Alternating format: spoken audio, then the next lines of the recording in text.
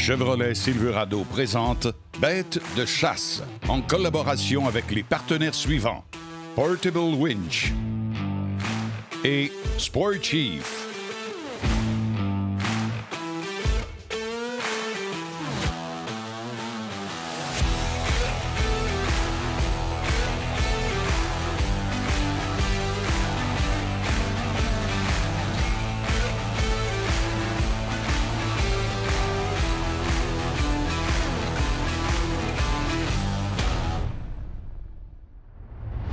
Bienvenue tout le monde à l'émission Bête de chasse. Cette semaine, le spécialiste Sylvain Saint-Louis pour orientation et survie sera des nôtres pour en jaser. Faut pas oublier Éric Lapointe des Marchands Écotone qui va venir répondre à nos interrogations. Le conseil du pro nous est offert par Charles Doris. On va parler d'odeur avec le guide Dan Lavoie. On a aussi Yves Martineau de l'Association des conducteurs de chiens de sang du Québec qui vient nous rencontrer. Et il ne faut pas oublier notre séquence de chasse. Cette semaine, on aura un duo père-fils. Alors, soyez des nôtres et bonne émission. Alors, cette semaine, dans notre capsule Orientation et survie, on accueille le professionnel Sylvain Saint-Louis. Salut Sylvain. Bonjour Daniel. Sylvain, on a une question qui revient énormément. Les gens nous demandent, c'est quoi la caractéristique principale avant de faire l'achat d'un GPS? Écoute, il y a un incontournable quand on veut faire une bonne acquisition puis que ça soit facile à travailler, c'est la boussole électronique. Tous les GPS ont une boussole, mais ils n'ont pas tous une boussole électronique. Ce que je veux dire par là, disons que j'ai un GPS ordinaire avec une boussole ordinaire. Si je vais aller à mon camion, ça va me dire camion par là. C'est le fun, ça me dit camion par là. Bouge pas, ce maudite flèche-là. Cette flèche-là, elle va bouger seulement que si je me déplace rapidement. Là, on parle quasiment de courir dans le bois pour que ça se mette à fonctionner. Donc, si j'ai un GPS avec une boussole électronique, ça va me dire camion par là. Je me tourne par là, ça me dit camion par là. C'est instantané. Donc, si tu vas avoir du plaisir à travailler ton GPS, il faut que tu regardes ce côté-là. Donc, si tu as un GPS avec une boussole électronique, en plus, tu as la pression atmosphérique. Oh, ça, pour les chasseurs et les pêcheurs, je pense que c'est un outil indispensable. Absolument. Moi, avec le GPS, là, quand on parle de pression atmosphérique, je suis à la demi-heure près pour savoir s'il va pleuvoir. Ça, c'est important. Oui, parce que ça, c'est à la position où tu es. C'est pas généralisé pour la région. Donc, boussole électronique, c'est un incontournable. En plus, tu as ce bonus-là. Alors, merci pour tes généreux conseils. Et nous, de notre côté, on continue avec Bête de chasse.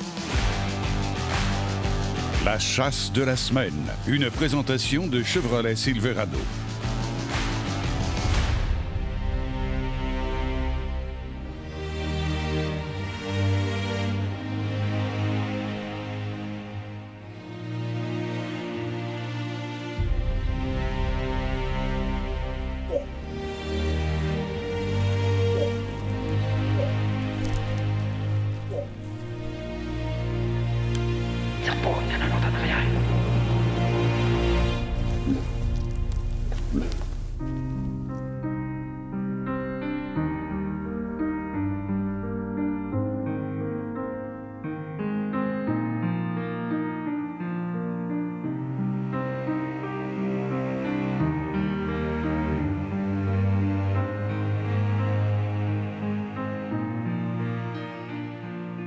En 2020, j'ai acheté des radios émetteurs parce que j'ai été invité par un groupe d'amis qui avait été sélectionné dans une réserve faunique pour un groupe double. Une excellente période, excellent secteur de chasse. Pour éviter les possibles doubles battages, je m'étais grillé de radios émetteurs. Pour ce séjour-là, bien, étant donné que moi, ma priorité dans la vie, c'est la famille. Ensuite, c'est les amis, puis le travail. J'avais invité mon garçon, mon fils Émile. J'aime beaucoup ça, faire des chasses avec Émile. Mon fils, c'est... Vous savez, les liens de la famille, c'est ce qu'il y a de plus fort. Puis mon fils a commencé à chasser avec moi. Dès l'âge de 13 ans, j'ai fait prélever un premier ours. Puis j'ai toujours comme priorisé Émile parce que dans mes enfants, c'est le seul qui chasse. Fait que mon voyage annuel, ma récompense, c'est lorsqu'Émile accepte de m'accompagner. Parce que je considère ça un privilège quand Émile il vient avec moi. Émile, c'est pas parce qu'il est maniaque de chasse, c'est parce qu'il est d'une bonne compagnie. Il aime ça, la chasse.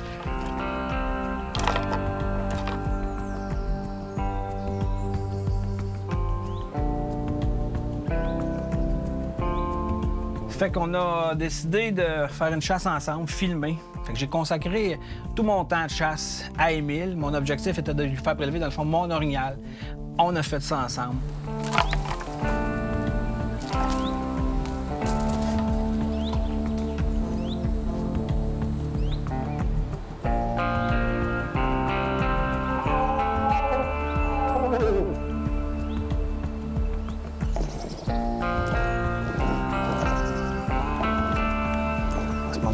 Pas parce que je m'attendais qu'il soit.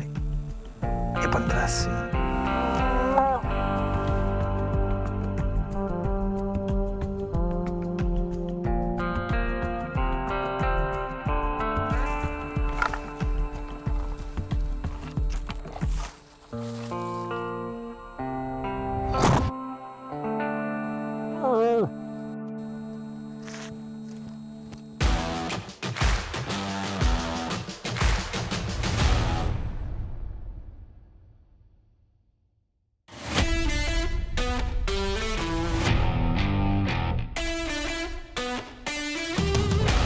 Je suis en présence d'Éric Lapointe, représentant des marchands Écotone. Éric, cette semaine, j'aimerais qu'on jase de l'habillement de flèche. Tellement important, Daniel. Il faut savoir que l'outil de prédilection après la flèche, c'est l'engin de coupe. Il existe 2 modèles particuliers, des lames qui sont fixes, alors des pointes qui sont fixes, et des pointes rétractables. Absolument. Puis on sait qu'on peut lancer un débat sur ce sujet-là. Il y en a qui vont choisir à 100 000 à l'heure les pointes rétractables, puis il y en a d'autres qui ont dit « Non, monsieur, on n'en veut pas ». Mais j'aimerais ça que tu donnes les raisons un petit peu par rapport à ça. Assez facile. Au niveau de la pointe fixe, là, il n'y a pas de mécanisme au niveau de l'ouverture. Tu as 3 lames, c'est installé. Quand c'est bien calibré et bien ajusté, à partir de là, quand tu lances ta flèche, il y a vraiment une lacération qui va se faire au niveau des tissus d'1 pouce et 1 pouce 3/4. C'est le maximum qu'on peut aller chercher avec les pointes fixes. Tandis qu'une pointe rétractable, on parle de combien de coupes? Bien, écoute, on parle d'1 pouce 3/4 également. Tu vas me dire, on ne gagne pas. Par contre, si on regarde dans certaines compagnies, on retrouve des coupes de 2 pouces et plus. Il y a une mécanique lors de la pénétration qui va permettre de dégager les 2 autres lames parce qu'elles sont aiguisées dans un sens comme dans l'autre. OK. Alors, ça fait le travail, sincèrement. C'est hyper intéressant. Il y a un autre facteur aussi qui est important qu'on en parle, c'est le poids. Oui. Important. Donc, on parle, il y en a qui chassent avec du 75 grains, il y en a qui vont au 100 grains jusqu'à 125 grains. Les classiques, 100-125 grains, c'est toujours relié à l'engin, la proximité, le gibier. Et c'est pour ça qu'on est là, pour vous conseiller les magasins spécialisés, pour vous dire, tu nous décris, on prend ton besoin, et à partir de là, on peut te donner des différents choix. C'est ça. On a nos embouts lumineux, les fameux embouts lumineux. Depuis que moi, en tout cas, je les utilise parce que ça te permet... On a des gros avantages. Bien, absolument, parce qu'on investit beaucoup de dollars au niveau de la flèche. C'est important de mettre au niveau de l'embout quelque chose qui, au contact de la corde, va dégager une lumière phosphorescente. Et à partir de là, tu peux faire une constatation de la qualité de ton tir. Si tu as tiré de la panse, c'est un tir clair, c'est un tir de sang, et la retrouver beaucoup plus facilement. Ça, c'est vraiment, maintenant, un must à avoir. OK. Et là, pour terminer, on parle de chasse au petit gibier. Oui, vraiment intéressant. C'est le fun d'aller à la perdrix avec arc et arbalète et récolter un petit gibier avec ces petits papillons-là sont vraiment intéressants parce que souvent, vous le savez, on va le faire avec de la grenaille, avec un fusil. C'est avec cette partie-là, ça nous permet de pratiquer nos tirs de précision et d'aller chercher un endroit du gibier où on ne va pas venir briser la viande comme telle. Alors, c'est vraiment le fun. Absolument. Éric, un gros merci. Ça a été très intéressant. Et si les gens veulent avoir plus de réponses à leurs questions, on les invite à aller retrouver nos marchands Écotone.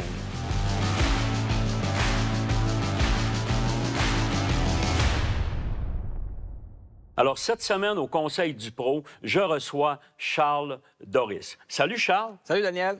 J'espère que ça va bien. Très bien, merci. Et toi? Excellent. Charles, dans ton livre, tu parles beaucoup de mobilité. J'aimerais ça que tu t'expliques un petit peu plus. C'est quoi pour toi la mobilité? Bien, en gros, la mobilité, c'est de s'ajuster à ce qu'il se passe au terrain au moment même de notre chasse. Parce qu'il faut comprendre que le chevreuil du Québec subit une pression de chasse relativement très forte. Puis ce qui a fait en sorte que les mâles matures, les mâles qu'on cherche à récolter, se sont adaptés et ont appris à éviter les emplacements fixes qu'ils ont repérés depuis trop longtemps. Donc, les stands fixes, les caches, les miradors, etc. Absolument. Mais pour toi, trop longtemps rester sur un site, c'est combien de temps? C'est relatif à la période, parce que durant l'automne, il y a différentes saison de chasse. Disons que je considère qu'il y a 3 phases. Il y a la période de nutrition active, chevreuil de septembre et jusqu'au 24 octobre. Les mâles, leur priorité, c'est l'alimentation et la survie. Ils ne sont pas aveuglés par la pré-rut ou le rut. Donc, il faut faire attention. À ce moment-là, je chasse rarement plus de 2 jours consécutifs au même endroit, même stand ou mirador. Okay. Ensuite, il va y avoir la période de pré-rut qui, je considère, débute vers le 24 octobre, que je divise en 3 parties. 1 tiers vers l'alimentation, 1 tiers vers les déplacements, recherche d'odeur, dépôt d'odeur, et 1 tiers de leur préoccupation est la survie. À ce moment-là, je peux chasser entre 2 et 4 jours au même endroit parce que je mise sur l'effet des nouveaux déplacements pour éventuellement prendre des mâles en défaut.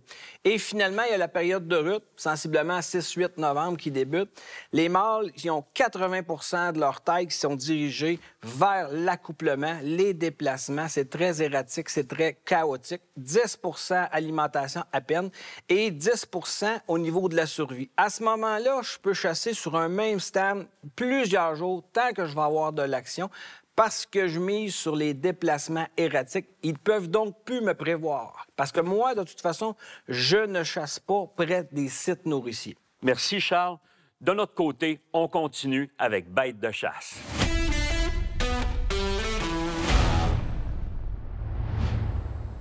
Mais ce qui est fantastique, c'est qu'on voit qu'il y a de la présence, il y a de la vie. Puis c'est important, les chasseurs, lorsque vous découvrez ce type de couvert-là, des sites nourriciers en forêt mature, prenez-les en note. Moi, j'utilise Avanza Map ou un GPS pour être certain d'arriver à bon vent. Parce que si toutefois l'orignal est présent, j'arrive à mauvais vent, je vais le faire fuir avant même d'être arrivé. Une autre particularité importante, annoncez-vous. Ne serait-ce que casser des branches au loin, faites des bruits normaux, pour que l'orignal qui entend un bruit à distance vous identifie comme un orignal. Laissez traîner une palette et mettre des petits bruits d'orignal, femelle. Comme ça, si vous faites une erreur, bien, il va vous associer à un orignal, il va vous laisser approcher. Si vous essayez de les surprendre là-dedans, comme un loup, vous allez avoir l'attitude du prédateur, vous allez les faire fuir. Fait que, ici, c'est pas compliqué. On a une salle à dîner en forêt mature. Lorsque j'arrive à une distance d'approximativement 300 mètres, je vérifie mon vent, puis je prends tout le temps de contourner pour arriver avec le vent dans la face, dans le visage.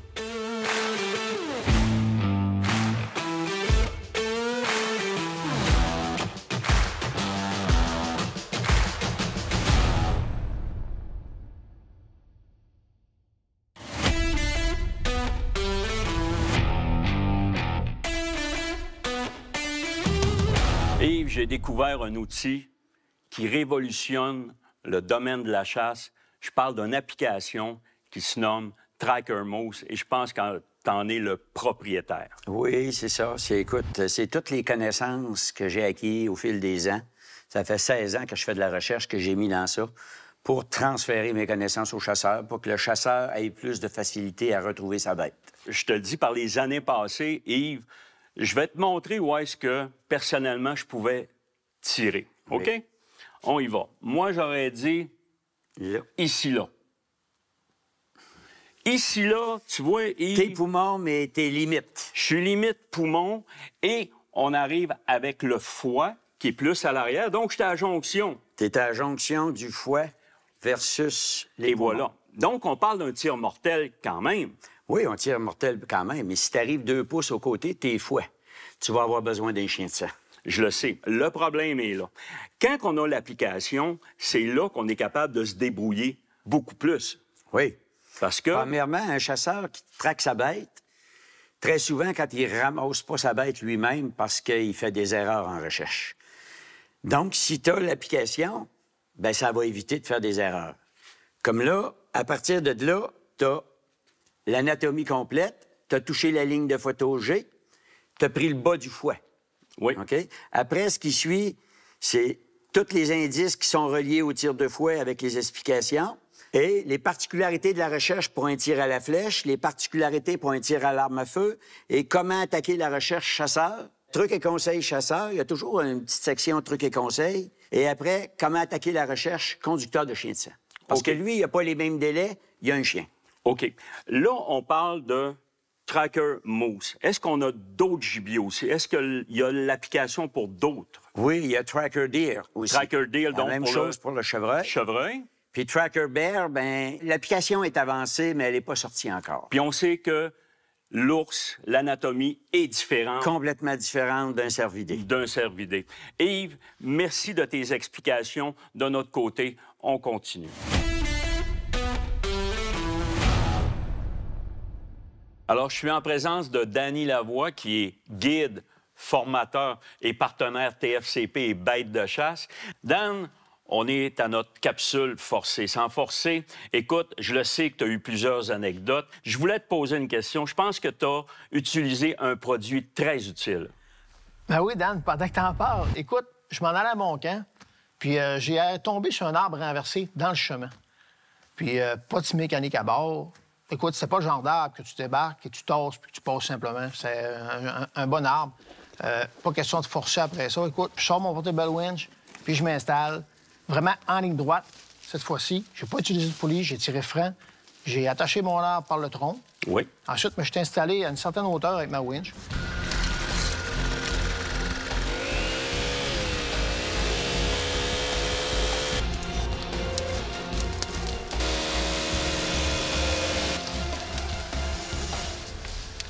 Et j'ai réussi à tirer tout mon arbre au complet en forêt pour passer mon camion.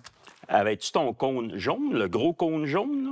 Non, non, c'est exactement pour ça que j'ai mis la winch un peu plus haute en hauteur, pour chercher à toujours tirer l'arbre, toujours lui donner un air par en haut, pas que ça coince dans les roches ou les souches, peu importe. T'as été malchanceux, on peut dire, l'automne passé. Non, j'ai pas été chanceux, Dan, mais j'ai réussi à me sortir du pétrin assez facilement.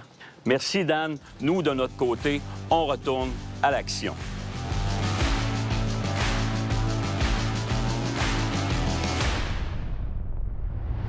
On est de retour à l'attaque ce matin. On est le 21 septembre. On s'en va, mon fils et moi, attaquer une forêt mature.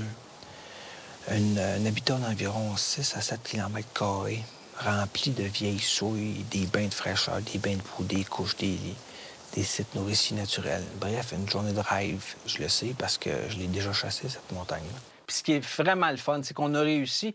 Puis on a réussi d'une façon touchante, parce que c'est le premier endroit que je voulais aller sur le secteur de chasse. Puis, je vous dirais, 100 mètres près de l'endroit où j'avais ciblé, le mâle était là, le deuxième matin.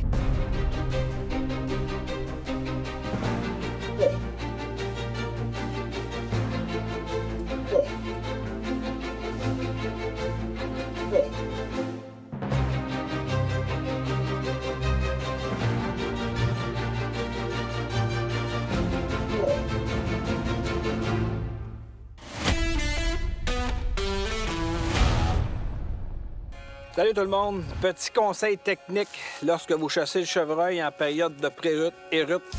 Les lignes d'odeur ou des leurres olfactifs à caractère sexuel. J'utilisais avant, à certaines occasions, de l'urine naturelle. Depuis la venue obligatoire d'utilisation d'urine synthétique, parce que depuis 2020, on n'a plus le droit d'utiliser l'urine naturelle au Québec, je portais attention à essayer de trouver une compagnie ou une bouteille qui sentirait sensiblement la même chose. Puis là, j'ai été surpris par l'odeur qui se dégage des bouteilles d'Extrême CG. Il y a une chose que je peux vous dire, c'est que l'odeur qui se dégage des bouteilles d'urine ressemble à celle que autrefois était dans les bouteilles d'urine naturelle. Donc, j'en ai confiance. Est-ce que ça fait des miracles? Je ne crois pas. Mais est-ce que ça peut, à l'occasion, inciter ou induire en erreur certains chevreuils? Je le crois.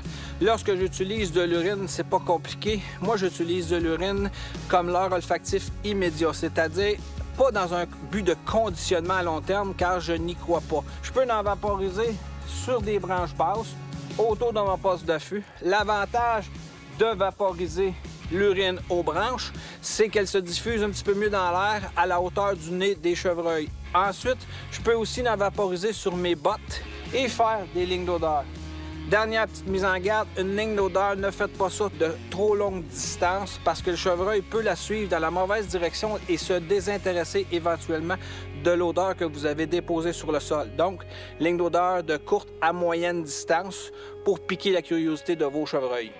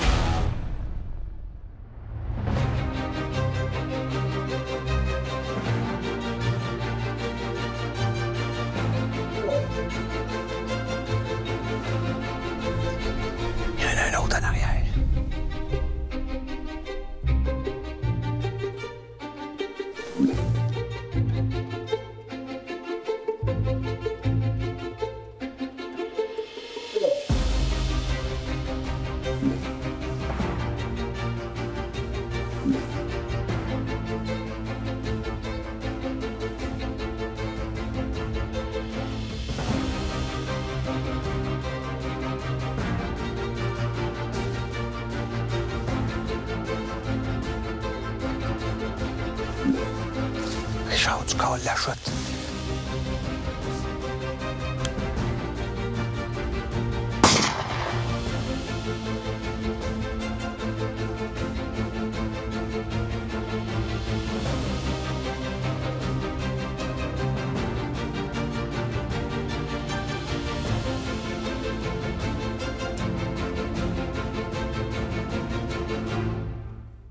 Quand on est arrivé proche de l'éclaircie, j'ai tout de suite identifié qu'il y avait une femelle puis un spike, un jeune mâle. En imitant un orignal qui mange et un orignal qui veut socialiser, le spike s'est approché de moi jusqu'à 13 mètres, si c'est pas 10 mètres. Vous le voyez dans les images. La tentation était là, c'est sûr, mais on entendait le mâle qui retenait en arrière-plan. Je savais que c'était pas un monstre par le son, mais je savais aussi que c'était un shooter pour un beau vidéo. Un mâle respectable qui semble être un 3,5 ou 4,5. Très gros body pour un 3,5 selon moi. La nature nous offre ce cadeau-là ce matin. On le prend.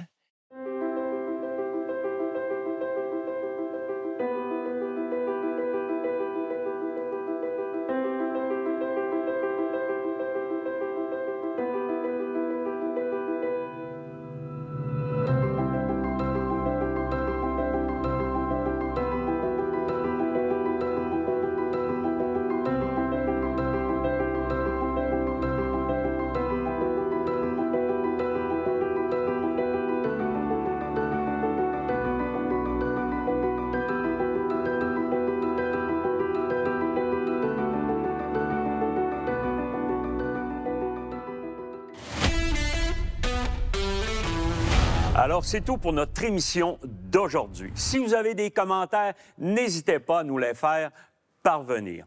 Et surtout, soyez des bêtes de chasse. L'émission Bêtes de chasse a été présentée grâce aux partenaires suivants. Les produits Extreme CG, les armes Antler et les débroussailleuses BeaverTech.